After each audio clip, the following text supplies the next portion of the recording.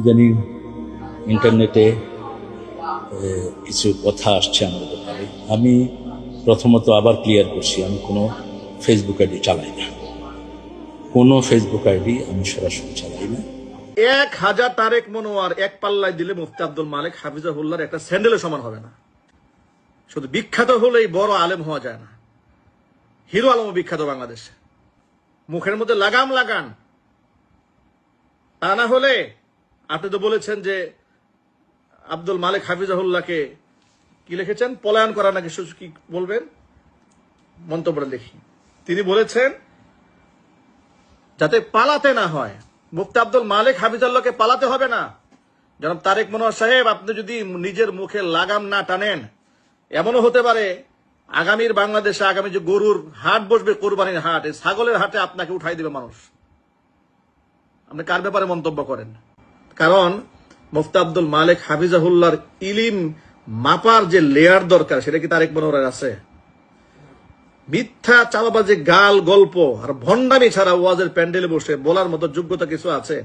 আমি আমার লাইভে যারা আছেন, এমনকি তার ভক্ত অনুরক্ত থেকে শুরু করে তার গ্রুপে যত সদস্য আছেন, আমি ওপেন চ্যালেঞ্জ জানাচ্ছি আজকে, যদি এই ব্যাপারে আপনার ডিবেটে বসতে চান আমার সাথে, আমি ডিবেটে বসতে রাজি রয়েছি। চ্যালেঞ্জ করলাম, ওপেন চ্যালেঞ্জ। তারেক মনোয়ার হাদিসের নামে মিথ্যা কথা বলেছে, আমি প্রমাণ দেব। তারেক মনোয়ার ওয়াজে বসে একাধিক কতবার মিথ্যা বলেছে। যদি ডকুমেন্ট চান, আমি ডকুমেন্ট আকারে আপনাদের সামনে উপস্থাপন করতে পারবো। যদি কেউ চ্যালেঞ্জ গ্রহণ করতে চান, তারেক মনোয়ার সহ আপনার চ্যালেঞ্জ গ্রহণ করেন। আপনার ইলিমের মাঠে কতটা এতিম আমি প্রমাণ করে দেব ইনশাআল্লাহ। 1000 তারেক মনোয়ার এক পাল্লায় দিলে মুফতি আব্দুল মালিক হাফিজাহুল্লাহর একটা স্যান্ডেলের সমান হবে না। শুধু বিখ্যাত হলেই বড় আলেম হওয়া যায় না। ইদানিং ইন্টারনেটে কিছু কথা আসছে আমার ব্যাপারে। আমি প্রথমত আবার ক্লিয়ার করছি, আমি কোনো ফেসবুক আইডি চালাই না। কোনো ফেসবুক আইডি আমি সরাসরি চালাই না। আমার সাথে কোনো ফেসবুক আইডি সরাসরি কোনো সম্পর্ক নেই। এখন বাইতুল মুকাররমের খতিব হাফিজাহুল্লাহকে নিয়ে যে কথা এসেছে আমার ব্যাপারে, এটা আমি পড়িও না, জানিও না কে করেছে। আমি তার শাস্তি চাই। যে এই কথাটা ওনার ব্যাপারে বলেছে তাকে বের করেন, তাকে শাস্তি দেন। আমি নিজে শাস্তি দিয়ে থাকি, এবং আল্লাহ যেন এই জাতীয় নোংরামি থেকে আমাদেরকে হেফাজত করেন। আল্লাহ বলছেন কুলুল ইন্নাসি হুসনা, সবচেয়ে সুন্দর শব্দটা মানুষের।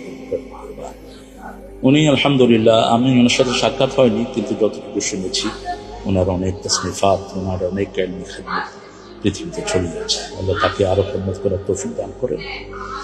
আর যারা এই সমস্ত বিশুদ্ধার করছে আমাদের সম্পর্ককে নষ্ট করার জন্য, মূলত দারসে নিজামের বিরুদ্ধে জামাত থেকে অথবা জামাতের কোনো আলেম কোনো সময় কোনো দিন নিষিদ্ধ করেননি।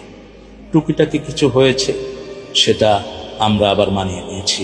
আমরা আমাদের আল্লামা সাঈদী রাহমাহুল্লাহ অত্যন্ত সুন্দর ভাষায় বলতেন, এক চোখ আমার দারসে নিজাম, এক চোখ দারসে নিজামি আর এক চোখ কওমি। আমরা যেন এভাবেই আমাদের সম্পর্ককে সুন্দর রাখতে পারি। রাসূলুল্লাহ সাল্লাল্লাহু আলাইহি ওয়াসাল্লাম বলেছেন, মানুষের ব্যাপারে ভালো বলো, না হয় চুপ থাকো। সেই হাদিসের উপরে আমরা যেন চলতে পারি। আল্লাহ তৌফিক দান করুক। আসসালামু আলাইকুম ওয়া রাহমাতুল্লাহি ওয়া বারাকাতুহু। আব্দুল মালিক সাহেব একটা কথা বলবেন, আর তার কথার কাউন্টার দিয়ে কেউ সামনে দাঁড়াবে, এমন কোন টুপিওয়ালা আছে আমার মনে হয় না। জাতীয় মসজিদের বর্তমান খতিব,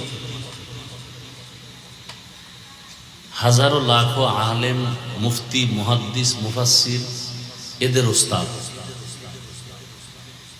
ভালো করে কথাগুলো খেয়াল রাখবেন। বাংলাদেশে যদি সর্বোচ্চ লেভেলে 2-3 জন আলেম থাকেন, তাহলে এর মধ্যে আব্দুল মালিক দামাত বারাকাতুহু একজন।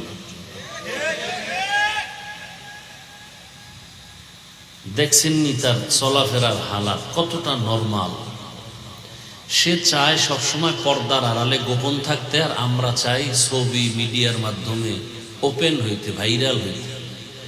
আমার ছবি তুলো, আমার বয়ান ভাইরাল করো, আমাকে একটু ভালো করে প্রচার করায় দাও।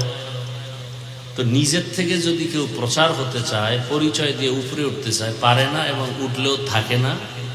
আর আল্লাহ যাকে উঠায় দেয়, এর কেউ নিচে নামাতে। কে চিনতো আব্দুল মালিক সাহেব? আলেম ছাড়া কেউ জানতো না। কিন্তু এত গোপন থাকার কারণে আল্লাহ এমন জায়গায় নিয়ে গেছেন যেখানে যাইতে আমার মতো বান্দার 50 বছর লাগবে। আল্লাহ কোথায় টান দিয়ে নিয়ে নিছেন। জাতীয় মসজিদের মিম্বারে বসে যে সমস্ত স্পর্শকাতর, সেন্সিটিভ, বাস্তবসম্মত সামাজিক বিষয়গুলো তিনি তুলে ধরেছেন, কল্পনা করা যায় যখন ইন্টারিম গভর্নমেন্ট ক্ষমতায়, তখন তাদের কাছে, ডক্টর ইউনূসের কাছে যখন নারী পক্ষ থেকে নারী উন্নয়নের ব্যাপারে কিছু প্রস্তাবনা দেওয়া হলো, নারীদের ক্ষমতায়ন, এরপরে সেখানে অনেক ট্রান্সজেন্ডার, সমকামিতা, এরপরে জমি জমা বিষয়ে সমতা, নারী পুরুষের সমান অধিকার ইত্যাদি নামে নানান প্রস্তাবনা দেওয়া হলো। মুফতি আব্দুল মালেক হাফিজাহুল্লাহ মিম্বারে বসে, জাতীয় মসজিদের খতিব তিনি, সরকার কর্তৃক নিয়োগপ্রাপ্ত, সরকারের বিরুদ্ধে বক্তব্য দিচ্ছেন। ভাবা যায় এটা। স্পষ্ট বক্তব্য দিলেন, ধর্ষণের বিরুদ্ধে স্পষ্ট অবস্থান গ্রহণ করলেন। এই যে ধর্ষণ হলো কয়েকদিন আগে, 8 বছরের এক বাচ্চা ধর্ষিতা হলো মিরপুরের, হত্যা করা হলো। স্পষ্ট খুতবা দিলেন যে পশ্চিমা ধাঁচে রাষ্ট্র পরিচালনা করবেন, পশ্চিমা ধাঁচে সমাজ গড়ে তুলবেন, আবার ধর্ষণ থেকে বাঁচবেন তা তো হবে না। যে সমাজে 7 বছরের মেয়ে তারা নিরাপত্তাহীনতায় ভুগে, তিনি বলেছিলেন যে অবশ্যই সেই সমাজে 7-8 বছরের বাচ্চাকে তো পর্দা করা জরুরি। যুক্তিভাবে তুলে ধরেছিলেন সমাজের অনেক সেন্সিটিভ বিষয়গুলো, এইভাবে ক্ষুরধার যুক্তির মাধ্যমে সাবলীল ভাষায় তিনি তুলে ধরেন। মুফতি আব্দুল মালেক হাফিজাহুল্লাহ বরাবরই ইলম এবং আমলের ব্যাপারে আপোষহীন, এবং তিনি বিশুদ্ধ ইলম চর্চায় এতটা প্রাজ্ঞ, এতটা বিজ্ঞ, এতটা মাহের, এতটা দক্ষ এবং এতটা দুনিয়া বিমুখ তিনি, কে শাসক, কে রাজা, কে প্রজা তিনি দেখেন না।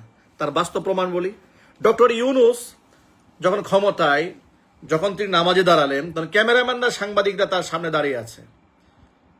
তখন তো সময় তো তেল মারার মধ্যে ব্যস্ত থাকতেন, সাধারণ খতিব যা করে থাকে, কিন্তু সেখানে অবশ্যই ডক্টর ইউনূসের সামনে দাঁড়িয়ে তখন বলেছিলেন, স্যার এই যে এরা যে ক্যামেরাম্যান দাঁড়িয়ে আছে, এরাও তো মুসলমান, এদের নামাজ পড়তে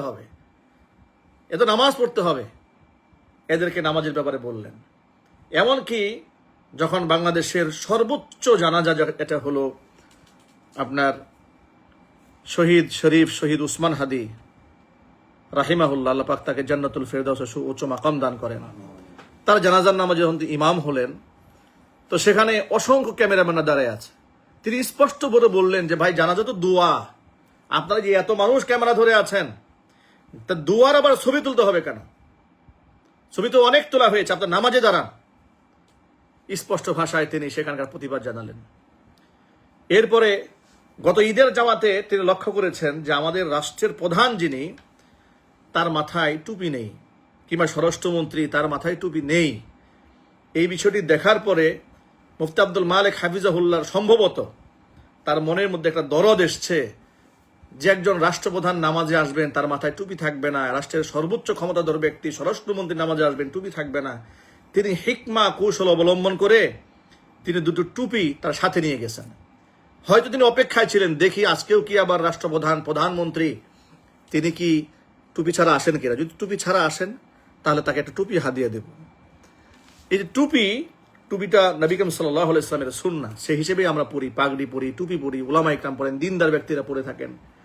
তাহলে দাওয়াত, একজন আলেম, একজন দায়ীর কাজ কি হবে? একজন মানুষকে সুন্নাহর উপরে নিয়ে আসা। সুন্নাহর উপরে নিয়ে আসার জন্য কখনো বক্তৃতার মাধ্যমে হয়, কখনো আমলের মাধ্যমে হয়, কখনো ব্যবহারের মাধ্যমে হয়, কখনো হিকমার মাধ্যমে হয়। এখানে মুফতি আব্দুল মালেক হাফিজাহুল্লাহর কত চমৎকার হিকমা ছিল যে তিনি 2টা টুপি নিয়ে গেছেন।